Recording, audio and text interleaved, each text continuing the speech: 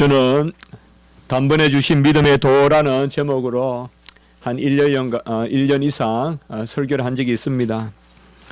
또 그동안 제 나름대로 성경과 또 신구약의 말씀, 진리 이런 것을 그동안 전했고요.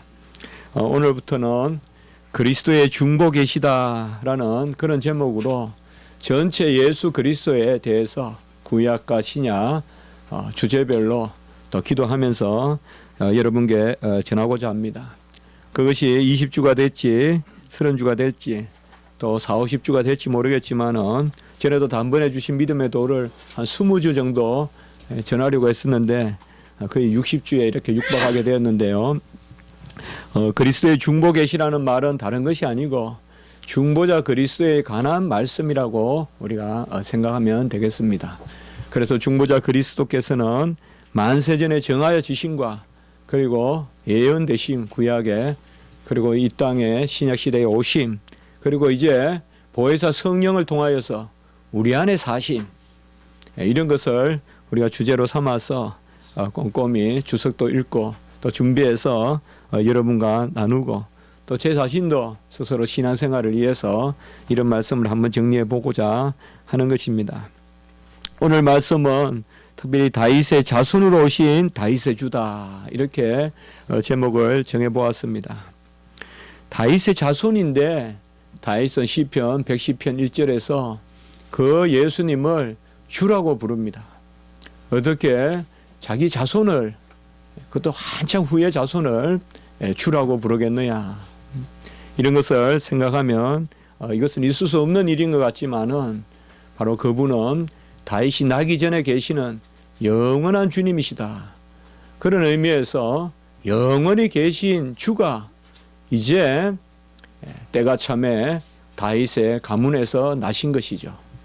메시아는 없으시다가 처음 존재하시는 것이 아니라 이미 계시는 하나님의 아들이 육신으로 오시는 것입니다.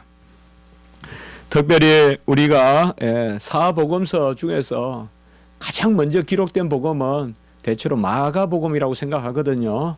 우리가 순서는 마태, 마가, 누가, 요한 이렇게 되어 있지만은 마가복음이 가장 앞서고 그리고 이제 마태, 누가 우리가 또 이렇게 시기를 이야기하고 요한복음은 조금 나중에 기록된 것으로 그렇게 보는 것이 대체로 정설인데요. 마가복음 1장 1절에 보면 하나님의 아들 예수 그리스도의 복음의 시작이라고 이렇게 마가복음 1장 1절에서 시작을 하죠. 예수 그리스도의 복음인데 그 예수 그리스도가 누구냐? 바로 하나님의 아들이다. 이것이 바로 새 언약 곧 신약의 출발을 알리는 어떻게 보면 시기적으로는 이 마가복음 1장 1절이 중요하게 그것을 선포하는데요. 바로 하나님의 아들 예수 그리스도의 복음의 시작이라. 예수 그리스도의 복음이다 라고 이렇게 생각하면 예수 그리스도께서 전하신 복음 우리가 이렇게 소유격으로 되어 있으니까 소유로 생각하기 쉽지만은 뭐 그렇게 봐도 틀리지는 않습니다만은 사실상 이것은 동격이나 서술격으로 봐서 예수 그리스도께서 복음이시다. 혹은 복음은 예수 그리스도시다라고 이렇게 우리가 보는 것이 온당하겠습니다. 요한복음에서는 20장 31절에 보면 왜 사도 요한이 요한복음을 기록하였느냐.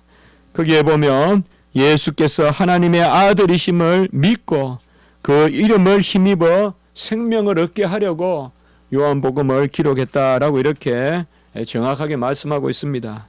여기에도 보면 예수께서 하나님의 아들 그리스도시다. 그래서 우리가 마가복음 1장 1절과 요한복음 20장 31절 이 두 구절을 함께 생각해 보면 왜 마태, 마가, 누가, 요한 사복음서가 기록되었는지를 알 수가 있는데 그것은 크게 두 가지로 생각해서 하나님의 아들이 예수시다. 이 땅에 오신 예수는 하나님의 아들이시다. 하나님의 아들은 영원히 계시는 삼위일체 하나님이신데 그 하나님의 아들이 이제 사람으로 오셨다. 이게 첫 번째 생각이고요. 첫 번째 바로 복음서가 전하는 것이죠. 그래서 이 땅에 오신 예수님, 나시고 걸어 다니시고 자라시고 예배 드리시고 그리고 고난당하시고 죽으시고 부활하시고 성천하신 그 예수님께서 영원하신 하나님의 아들이다. 이게 첫 번째고, 두 번째는 그 예수가 누구시냐? 바로 구약에서 예언된 그리스도시다. 그래서 예수 그리스도, 하나님의 아들, 이게 바로 복음의 요약이자 총체입니다. 예수님은 하나님의 아들이시고 그 예수님이 그리스도시다. 그리스도란 말은 본래 이스라엘 구약 히브리어에서는 마시아 이렇게 기록됩니다. 마시아 이렇게 부릅니다. 한번 해볼까요? 마시아. 이것이 이제 구약의 히브리어가 그 당시에 로마가 점령을 하잖아요. 로마가 점령을 하면서 헬라어하고 섞이면서 특별히 시리아 지방에 그 당시에 예루살렘을 다루던 다스리던 분이 그 왕조가 셀루쿠스 왕조거든요. 그쪽에 이제 시리아의 다메섹이 수도예요.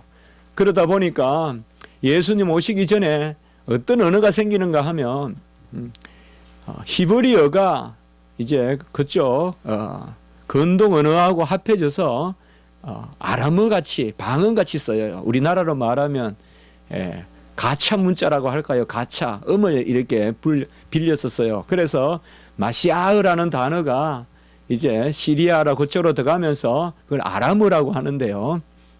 우리가 아람어가 성경에 꽤 나와요. 그 아람어로 메시아라고 불러요. 메시아.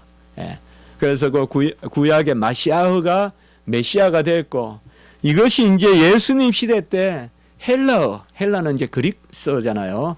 이 헬라로 기록이 되면 어떻게 나타나느냐 하면 바로 크리스토스, 우리가 말하는 그리스도입니다. 그래서 그리스도란 말은 구약의 마시아어, 그리고 구약에서 신약으로 넘어오는 그런 시기에 특별히 메시아, 그리고 이제 그 메시아라고도 메시아는 우리가 성경에 보면 특별히 두 군데 나오죠. 베드로의 그런 베드로의 형이 안드레가 먼저 예수님을 보고 베드로에게 갔죠. 사실 베드로가 먼저 예수님 만난 거 아니죠. 베드로의 형인 안드레가 예수님을 만나고 베드로에게 가서는 내가 메시아를 만났다라고 이야기하죠. 그때 메시아가 나오죠. 그리고 또 메시아가 언제 나오는가 하면 예수님께서 수가성에 찾아가셔서 사마리아 여인을 만났을 때 예수님이 너는 알지 못하는 신에게 예배를 드리는데 이제 영과 예배로, 영과 진리로 예배를 드릴 때가 온다라고 하니까 이 사마리아 여인이 메시아가 오면 그것을 내가 알 건데 이렇게 이야기해요. 메시아가 오면, 메시아 곧 그리스도가 오면 내가 그것을 알겠나이다 라고 이렇게 이야기해요. 사마리아 여인이. 그러니까 사마리아 여인도 메시아 그리스도를 기다리고 있었던 거예요. 그래서 그때 메시아라는 단어가 나오고 즉 그리스도 이렇게 나와요. 메시아 그리스도를 만나면, 메시아 그리스도가 오면 내가 그것을 알겠나이다 라고 사마리아 여인이 예수님께 말하니까 예수님이 내가 그러라 라고 이렇게 말한단 말이에요. 내가 바로 메시아 곧 그리스도다. 그래서 모든 복음의 총체는 뭔가 하면 이 땅에 오신 예수님, 우리와 동일한 사람으로 오셨으나 죄는 없으신 그 예수님이 하나님의 아들이시고, 그리고 그 예수님이 마시아, 메시아, 그리스도, 곧 기름 부은 자라는 거예요. 기름 부은 자다. 이것이 모든 복음의 총괄입니다. 그래서 제가 이제 새로운 주제로 설교를 쭉 하면서 특별히 또 성탄을 우리가 앞두고 이런 주제가 시기에도 맞다고 여겨지고요. 그래서 먼저 오늘은 이런 부분을 말씀을 드려보는 것입니다.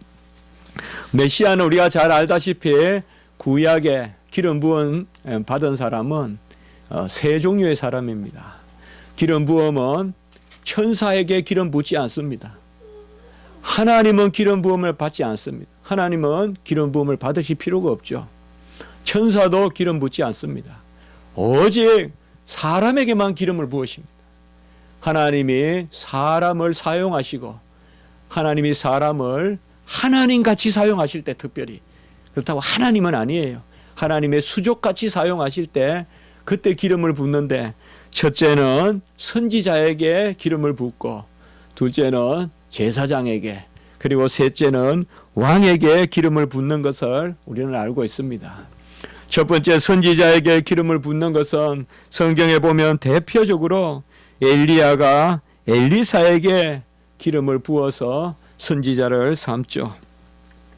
그래서 바로 엘리사가 기름 부은 선지자가 돼서 그의 스승 엘리야보다 갑절의 영감을 구하고, 실제로 성경 기사도 보면 엘리야도 많은 일을 했지만은 기적적인 일을 엘리사가 훨씬 더 많이 일으키거든요. 많이 행하거든요. 이런 거 보면 우리가 기도 하나가 참 중요하다. 엘리사가 요단에서 이제 승천하시는 스승 엘리야에게 갑절의 영감을 달라 그러고, 그 엘리사가 바로 엘리야가 기름 부어서 선지자 삼은 엘리사죠. 그래서 첫 번째는 선지자가 이렇게 기름을 부음 받습니다. 선지자는 우리가 이렇게 생각하면 돼요. 하나님 편에서 사자다. 그러니까 하나님의 입이다. 하나님 것을 우리에게 날라다 주는, 진리를 날라다 주고 또 은혜를 날라다 주고, 우리는 진리라고만 생각하는데 선지자는 그렇게 보지 말고요. 무엇을 날라다 주는 것보다는 하나님 편에서 하나님을 대신해서 일을 하는 사람, 우리에게 하나님의 것을 알려주고 지식을 알려주고 은혜를 선포하고, 이런 것이 선지자의 직분입니다. 특별히 예수님께서 요단강에서 세례를 받으시고 다시 나사렛에 오셔서 누가복음 4장 18절에서 19절에 보면 그 나사렛 해당에 들어가셔서 성경을 읽으시는데 이사야 61장을 펼치시고 1절 2절을 읽으시죠. 그 누가복음 4장 18절 19절에 보면 주의 성령이 내게 임하셨으니 이는 가난한 자에게 복음을 전하게 하시려고 내게 기름을 부으시고 포로된 자에게 자유를, 눈먼 자에게 보게 함을 전파하고 주의 은혜의 해를 전파하게 하려 하심이라. 이것은 특별히 예수 그리스도께서 선지자 직분을 감당하시는 그런 선포라고 우리가 볼 수 있겠습니다. 두 번째는 제사장에게도 또한 기름을 붓죠. 그래서 특별히 모세에게 명령을 해서 아론과 그의 자식들 그리고 이후의 후손들에게 기름을 부어서 거룩하게 하라라고 했습니다. 그래서 제사장은 꼭 기름 부음을 받아야 됩니다. 성별되어야 제사장 직분을 감당하고, 음식을 먹을 때도 그 관유를 뿌리고, 그리고 번제단에 사용했던 피를 뿌려요. 그런 것은 뭔가 하면 제사장은 특별히 선지자가 하나님 편의 입이라면 제사장은 우리 편의 입이에요. 우리의 것을 하나님께 올려드리는 사람, 그게 제사장이에요. 하나님 것을 우리에게 전달해 주는 직분, 그거는 선지자고, 그것이 뭔가 그걸 따지기보다 하나님 걸 우리에게 전달해 주면 선지자고, 우리의 것을 우리를 대표해서, 그래서 구약시대 때 이스라엘 백성을 대표해서 제사 드리고 기도하고 이런 것들이 다 제사장 직분이 하는 일이죠. 제사장 직분은 특별히 이 백성을 대표하기 때문에 제사장이 죄를 지으면 하나님은 특별한 그런 속죄 제물을 요구하시고 또 속건 제물을 요구하세요. 그러니까 주의 기름 부음 받은 그런 백성들은 특별히 하나님께서 그런 대표성을 가지고 다스린단 말이죠. 세 번째는 우리가 잘 알듯이 기름을 붓는 것은 사울에게서와 또 다윗에게서와 같이 대표적으로 그 기사가 나오죠. 기름을 부어서 왕으로 삼는 것을 볼 수가 있습니다. 이렇듯이 예수님은 그리스도신데 그 그리스도라는 의미가 뭐냐? 바로 예수님은 선지자시요, 하나님의 입이시요, 제사장이요, 이제 우리를 위하여 우리의 죄를 가져가시는 제사장이요, 우리를 대표해서 기도하시고 우리를 대표해서 제물이 되시는 제사장이요, 그리고 우리에게 모든 것을 알려주시는 진리요 길이 되시는 바로 선지자가 되신다는 것, 그것이 예수님이 바로 그리스도라는 그런 이름입니다. 이 세 개의 직분을 우리가 삼중직이라고 하는데요, 이 세 개의 직분이 모두 예수라는 이름에 들어 있습니다. 마태복음 1장 21절에 보면 이름을 예수라 하라, 이는 자기 백성을 그들의 죄에서 구원할 자심이로다 라고 이렇게 말하고 있습니다. 이 예수라는 이름은 특별히 제사장이라고 우리가 많이 생각을 합니다. 그러나 그렇게만 볼 것이 아닙니다. 예수라는 이름은 이미 첫째로는 제사장을 생각하면 되죠. 자기 자신을 제물로 드려서 친히 제사장이 되셔서 자기 자신을 제물로 드리시는 그런 제사장이지만은 이 예수는 유대인의 왕이라고 그런 명패에 쓰인 대로 죽음을 당하시는 그런 왕이시죠. 그리고 이 예수는 갈릴리 방방곡곡을 찾아다니시면서 말씀을 선포하고 가르치시는 선지자시죠. 그렇기 때문에 예수라는 이름에는 이 세 가지 직분이 다 들어있어요. 자기 자신을 제물로 드려서 우리를 대신해서 우리를 대표해서 우리의 죄를 속하는 그런 속죄제, 속건제, 그런 화목제, 전제, 소제, 요제, 거제, 모든 우리가 드려야 될 제물을 예수님이 다 한꺼번에 드리시는 그 제사장, 그리고 우리를 친히 다스리시는 그 왕, 그리고 우리에게 말씀을 전하시고 가르치시는 선지자의 직분을 다 가지고 오십니다. 이 예수라는 이름이 다니엘서 9장 24절 25절에 보면 기름 부음을 받은 자 왕이라고 했고, 시편 2편에는 기름 부음 받은 자가 오시는데 그가 내 아들이라 라고 이렇게 말씀했습니다. 예수 그리스도께서 아들로 오시고 곧 하나님의 아들이 사람의 아들로 오시고 그 아들은 기름 부음 받은 자 왕으로 오시고, 오늘 제가 송영할 때 이 구절을 읽었지만은 시편 2편 12절에 보면 그의 아들에게 입맞추라. 우리는 누구에게 입맞추느냐? 예수 그리스도께 입맞추라. 그는 영원하신 하나님의 아들이 이 땅에 오시는 그 아들이요, 그는 기름 부은 왕이요, 그는 친히 우리의 제물이 되시는 제사장이요. 입맞추라는 것은 어떤 동등됨을 뜻하는 것이 아닙니다. 경배를 뜻합니다. 찬미를 뜻합니다. 복종을 뜻합니다. 그러면서도 그 품에서 하나가 되는 것을 의미합니다. 너희는 아들에게 입맞추라. 우리가 어디에 입을 맞춰야 되겠습니까? 누구를 경배하고 누구를 찬미하고 누구 앞에서 무릎을 꿇고 누구에게 누구의 품속에 속하기를 원해야겠습니다. 오직 예수 그리스도께 입맞추라. 이 시편 2편은 특별히 이 땅에 오실 아들이, 우리가 이제 이 성탄을 앞두고 있지만은 이 아들이 누구신가를 잘 알려주고 있습니다. 너는 내 아들이라, 내가 오늘날 너를 낳았도다. 시편 2편 7편에서 말하고 있잖아요. 이 시편 2편에서 아들은 왕으로 오신다는 것을 먼저 말하고 있습니다. 2편 6절에 보면 내가 나의 왕을 내 거룩한 산 시온에 세웠다라고 이야기했죠.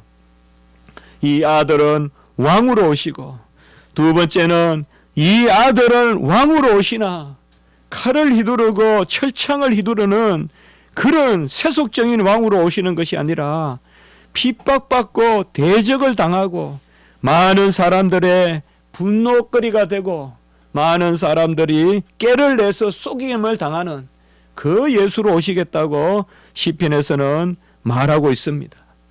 시편 2편에서는 말하고 있습니다. 그리고 이 시편 2편에서는 이 땅에 오신 아들이 그 아들이 많은 사람의 조롱거리고 대적거리지만은 너희는 그에게 피하라. 그가 바로 여호와라고 말하고 있습니다. 우리는 이런 구절을 주목해야 됩니다. 시편 2편 12절에 보면 아까 제가 이 말씀도 읽었어요. 같이 합시다. 여호와께 피하는 모든 사람은 다 복이 있도다. 여기 여호와가 바로 예수 그리스도예요. 시편 2편은 아들에 대한 노래예요. 예수 그리스도에 대한 노래예요. 그 아들을 여호와라고 부르는 거예요. 이 땅에 오신 예수 그리스도가 여호와라는 거예요. 그 여호와께 피하는 자가 피하는 모든 사람은 복이 있도다. 우리는 하나님께 나아가야 돼요. 하나님께 피해야 돼요. 하나님께 피해야 할 길은 오직 한 길밖에 없어요. 그것은 예수 그리스도께 나아가는 거예요. 그가 여호와예요.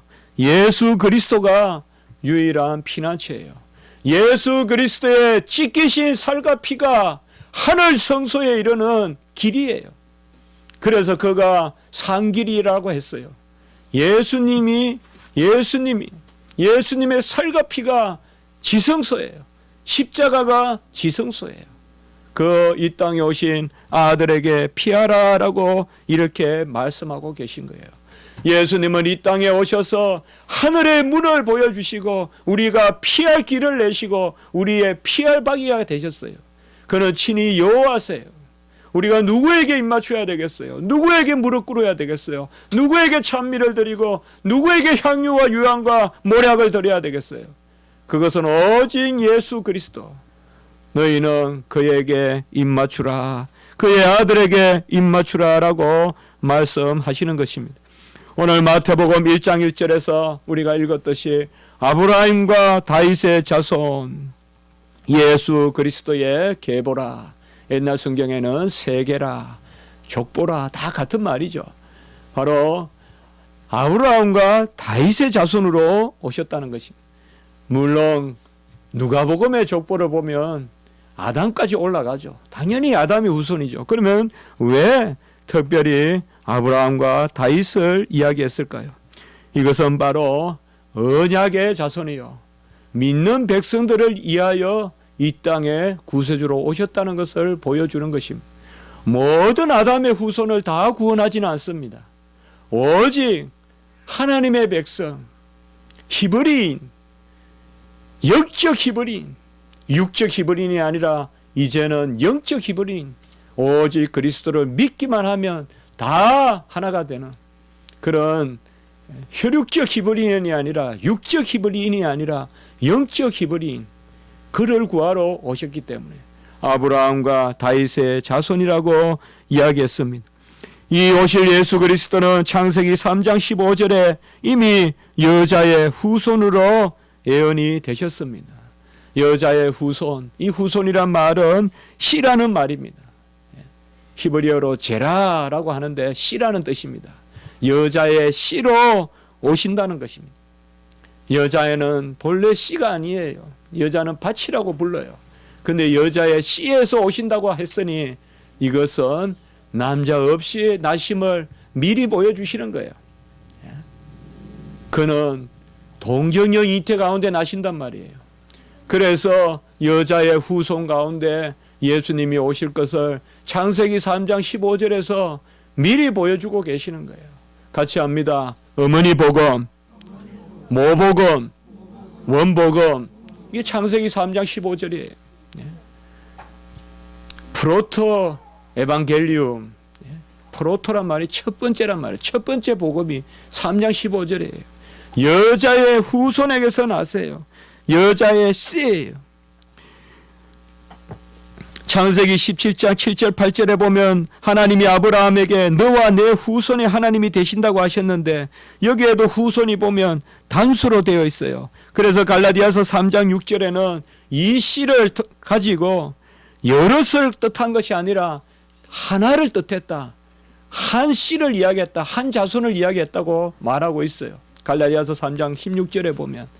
그래서 우리의 구원이 한 사람으로 말미암는다. 그것이 바로 예수 그리스도, 아브라함과 다윗의 자손에게서 나올 예수 그리스도, 그 한 사람이 우리의 구세주라는 것을 보여주고 있습니다. 이 씨는 그저 땅에 떨어져 생생히 남아 있으려고 오신 것이 아니라 하늘의 미랄이 죽어서 썩지 아니하면 열매를 맺지 못하듯이 이 여자의 후손, 여자의 씨, 아브라함의 씨, 이삭의 씨, 다윗의 씨, 이새의 씨, 우리 주 예수 그리스도는 이 땅에 썩는 미랄로 오셨습니다.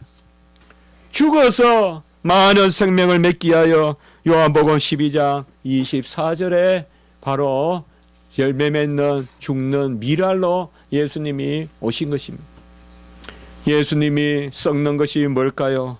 그것은 그가 우리와 같이 되셔서 친히 피 흘림이 없이는 제사함이 없다고 말했기 때문에 생명이 피에 있으니 바로 피가 죄를 속한다는 그 레위기 17장 11절 말씀과 피 흘림이 없이는 제사함이 없다는 히브리서 9장 22절의 말씀을 이루려고 주님께서 이 땅에 오셨습니다.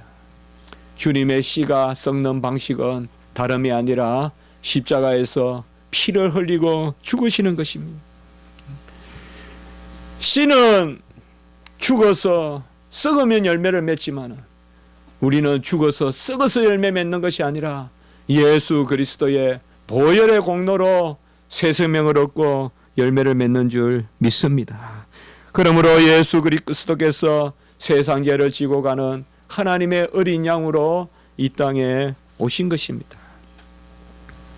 주님께서 이 땅에 오신 것은 유일하신 씨로 여자의 후손으로 이 땅에 오신 것은 우리를 대신하여 죽기 위하여 오신 것입니다. 이것이 새 언약이고 더 좋은 언약이고 이것이 바로 신약의 복음이고 이 새로운 은혜에 우리는 지금 그 은혜 가운데 그 은혜의 그늘 가운데 사는 것입니다. 구약의 제사장들은 많은 제사를 여러 번 드렸지만은 우리 주님께서는 이 땅에 오셔서 자기 자신을 제물로 드렸기 때문에 단번에 영원한 제사를 드렸습니다. 예수님은 제사장이 돼 자기 자신을 드리신 자기 자신을 제물로 드리신 제사장입니다. 히브리서 7장에서 10장까지 많이 읽으시기 바랍니다, 여러분들. 제가 여러분께 가장 많이 읽으라고 개인적으로 권하고 싶은 것은 이사야 53장 그리고 요한복음 14장에서 16장 그리고 히브리서 7장에서 10장 이런 성경 다 성경은 중요해요. 그러나 우리의 구원을 위하여 가장 중요한 것이 이 세 군데 들어있어요. 이사야 53장을 보면 바로 예수 그리스도의 십자가가 복음서보다 더 잘 보여요. 이사야 53장을 보면. 그리고 요한복음 14장에서 16장에 이 말은 뭐예요? 예수님이 유언과 같이 마가 다락방에서 주신 말씀이에요. 이 말씀을 보면 우리가 받은 영, 보혜사 성령, 그 영이 바로 예수 그리스도가 우리 안에 사시는 영이라는 것을 누구보다도 잘 알 수가 있어요. 잘 전해주고 있어요. 예수님이 유언과 같이 알려주신 말씀이에요. 그리고 히브리서 7장에서 10장을 읽어보면 우리에게 날마다 성소로 나아가는 담대함을 허락하여 주세요. 새 언약의 피, 바로 단번에 영원한 죽음을 죽으셨다는 것. 한 번의 제사로 영원히 우리를 온전케 하셨다. 히브리서 10장 14절.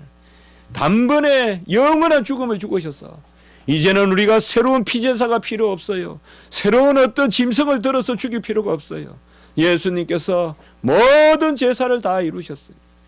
죄를 속가는 화목제가 속죄제가 되시고 우리의 허물을 속가는 속건제가 되시고 우리를 하나님과 화목케 하셔서 매 시절마다 열매를 맺게 하시는 화목제가 되시고 그는 흔들어서 거제로 드리고 들어서 거제로 드리고 흔들어서 요제로 드리고 그의 살을 빻아서 소제로 드리고 그의 피를 흘려서 전제로 드리고 모든 제물을 예수님께서 다 드리셨어요.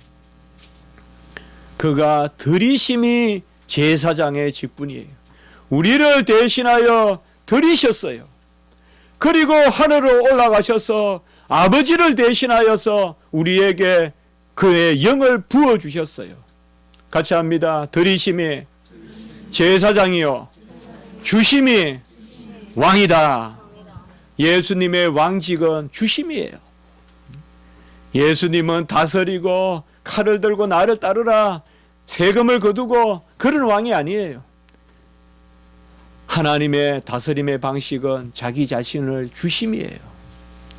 성령을 주시니까 우리가 다스림을 받아요. 은사를 주시니까 다스림을 받아요. 은혜를 주시니까 다스림을 받아요.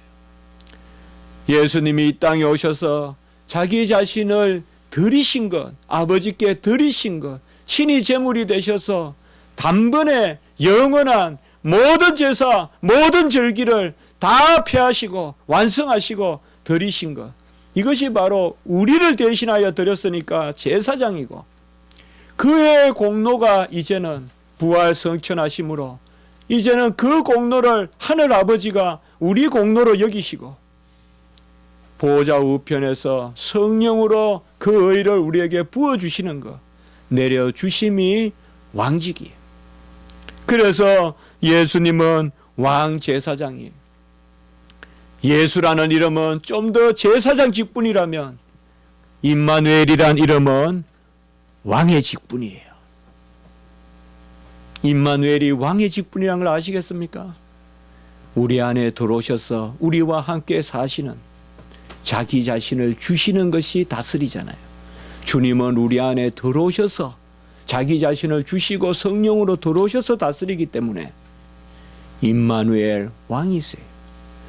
어린 양 예수 그리스도 오심을 우리는 송축하는데 그에게는 칼이 들려 있지 않아요.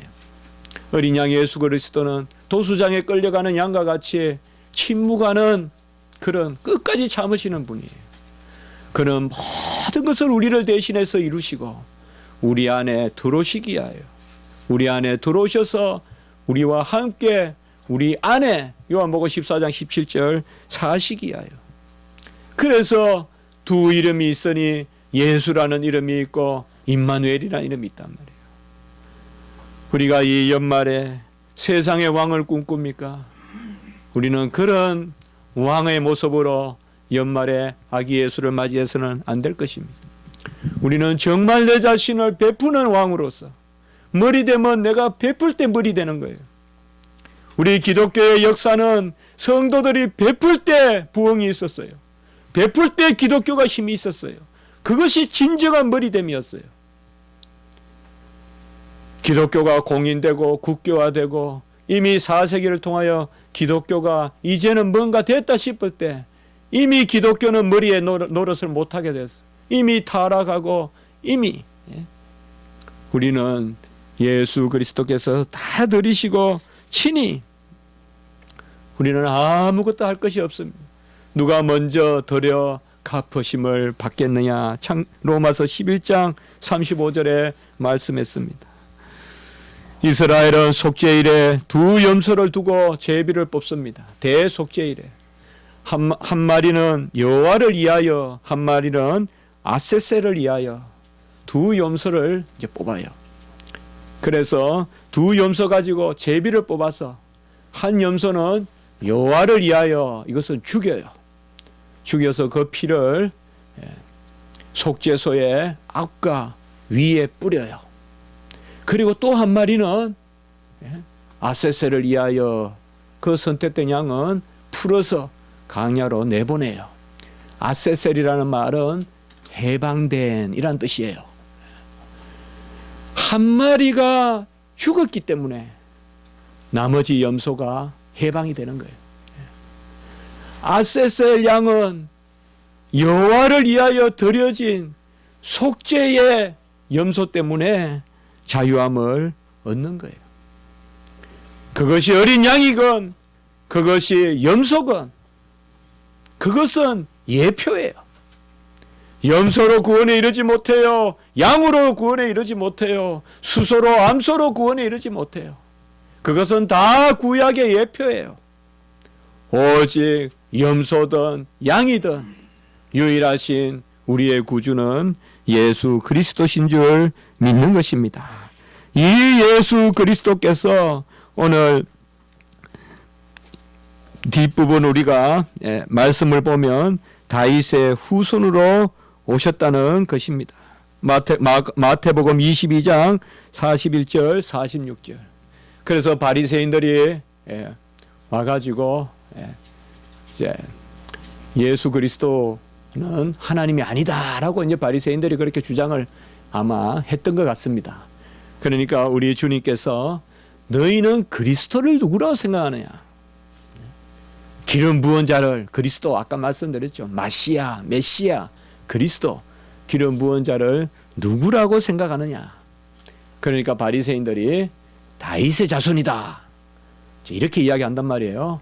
그러니까 예수님이 시편 110편 1절을 들어서 어떻게 다윗의 후손으로 그리스도가 오신다면 다윗은 그리스도를 주라고 어떻게 부르느냐 이 말이에요. 그리고 오늘 44절에 보면 주께서 내 주께 이르시되, 이건 여러분들 하나만 좀 적어 놓으세요. 44절 마태복음. 거기 앞에 주는 여호와예요. 여호와께서 내 주께, 여기 뒤에 주는 예수님이세요. 시편 110편에는 여호와께서 내 주께 이르시되 이렇게 되어 있어요. 야훼께서 내 주 아도나이 이렇게 되어 있어요. 히브리어로. 그래서 이것을 우리 주님은 주께서 주께 이르시되, 앞에 주는 여호와 하나님께서 뒤에 주는 예수님께 이르시되, 너는 내 원수를 다 내 발 아래 둘 때까지, 옛날에는 발등상 될 때까지, 그런 우리에게 조금 낯선 단어지만 그렇게 옛날 성경은 있었죠. 발등상이란 말은 우리가 발걸이라고 하죠. 원수를 발 아래 놓을 때까지 너는 우편에 있으라 이렇게 말씀했어요.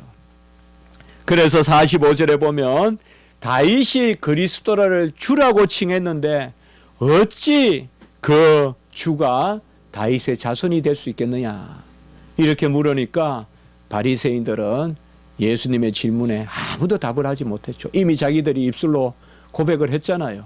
그리스도는 다윗의 후손으로 온다. 다윗의 자손으로 온다. 그렇게 고백을 했잖아요. 우리는 바로 이 다윗이 누굽니까? 다윗의 아버지는 이새고, 이새의 아버지는 오벳이고, 오벳의 아버지는 바로 보아스죠. 그래서 다윗의 정조 할아버지가 보아스죠. 보아스는 뭘 했습니까? 룻을 바로 기업을 물었죠. 룻을 값주고 샀죠. 그래서 하나님의 백성이 되겠죠. 이 땅에 왜 오늘 아브라함과 다윗의 자손 씨 예수 그리스도의 세계라라고 마태복음 1장 1절에서 말했을까요? 아브라함은 언약 백성의 구원주로 예수님이 오실 거라는 것을 보여준 것이요. 다윗은 그의 할아버지 정조 할아버지의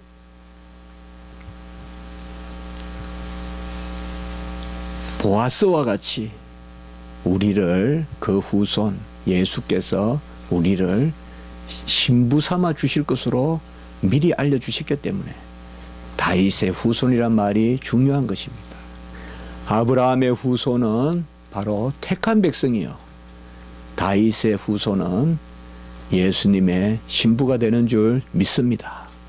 이 일을 위하여 예수님께서 이 땅에 오신 것입니다. 아브라함과 다윗의 자손 예수 그리스도의 세계라. 누가복음 2장 11절에 보면 오늘 다윗의 동네에 너희를 위하여 구주가 나셨으니 그리스도 주시니라 라고 이렇게 선포하는 것입니다. 왜 다윗의 동네라고 이야기했을까요? 이것은 바로 우리가 신랑을 맞이하는 날이다. 그는 우리의 신랑으로 오셨다. 구주로 오셨다. 이것을 전하는 것입니다. 이러한 성탄의 은혜, 아브라함과 다윗의 자녀된 그런 은혜가 여러분과 또 부족한 저에게도 있기를 바라고, 특별히 우리 자녀들, 또 오늘 교회 처음 또 이렇게 온 우리 건우와 또 우리 일회와 또 우리 또 제가 이름을 알지 못하는 예배를 잘 드리고 있는 지금 자고 있는 우리 예린이 동생과 또 우리 오늘 또 새롭게 가정을 이룬 저는 우리 교회 아이가 많이 이렇게 또 잉태도 되고 또 아기도 낳고 또 결혼도 하시고 또 이제 한 쌍이 또 결혼 앞두고 있잖아요. 어제 식사를 했습니다. 오늘은 이제 또 일본 더 가신다고 못 왔는데 같이 우리 여아 자매와 그 남편 되실 분은 또 성문 형제라고 하려 보니까 참 좋더라고요. 그래 가만히 보니까 주위에 이런 일이 많이 일어나니까 제가 축복을 많이 하잖아요. 제 마음도 덩달아 기뻐지는 것 같아요.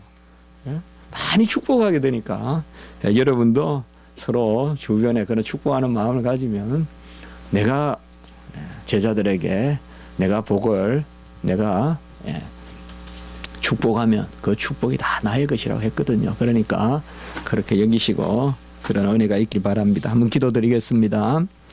거룩하고 자비로우신 하나님 아버지, 아브라함과 다윗의 자손 씨로 우리 예수 그리스도를 이 땅에 보내주심으로 택자, 택함 받은 자, 그리고 예수 그리스도의 신부된 자로서 우리가 살게 해주시고 그 은혜 가운데 거하게 해주시는 것을 감사합니다. 특별히 오늘 말씀으로부터 우리가 앞으로 더욱 예수 그리스도의 예언과 오심과 나심과 죽으심, 또 부활 성천, 또 앞으로 오실 그 재림, 이런 말씀들을 우리가 두고 상고할 때 은혜를 더하여 주시고 특별히 예수 그리스도를 깊이 아는 지식과 계시의 영을 우리에게 허락해 주시옵소서. 모든 성도님들 붙들어 주시고 신생의 영화로부터 우리 어린 자녀들, 우리 모든 성도님들 기억하시고 복중의 태아도 붙들어 주시고 오늘 우리와 새롭게 예배를 드리시는 그런 모든 영혼들 위에도 주님이 인도하여 주시고 흩어진 우리 모든 근속들, 외국에 있는 근속들, 또 우리 안에 있는 근속들, 또 오늘 어떤 모습으로 바깥에 출타 중인 우리 모든 주의 지체들 위에도 이 계절에 은혜를 더하여 주시옵소서. 우리 구주 예수 그리스도 이름으로 감사하며 기도드리옵나이다. 아멘.